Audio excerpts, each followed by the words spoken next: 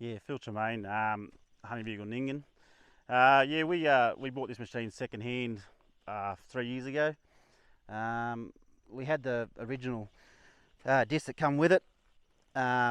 We were running them, just levelling out some ground from clods and wheel tracks. We wore the first set out.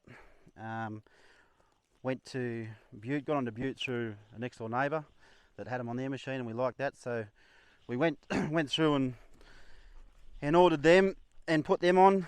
We are cropping about 6,500 acres total, but we're putting about 2.5 to nearly 3,000 acres spreading oats at about 37 kilos, and then going over the top with this machine.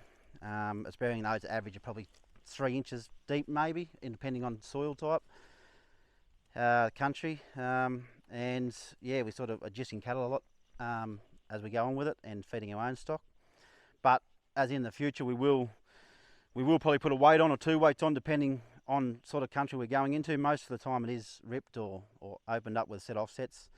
Trying to control regrowth was our biggest dream to buy the machine, because we weren't having much success with a scrub chain, like just breaking them off and always coming back. So we went this way just for that reason, like a lot quicker. It's sort of a one man on the machine, don't need 2 people to pull the chain around. And then the conditions are right, well, yeah, it's definitely a machine that you would have on your farm at the right time. Whatever $1,000, because the chains were worn out. I did have a look at a previous owner bar of the disc working, and thought, well, shit, they're definitely the way to go.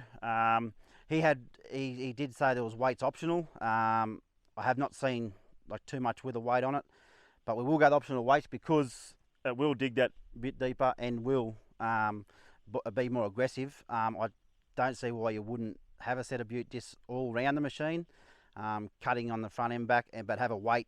I think, yeah, 12 months of the year on the front, always having that bit of digging.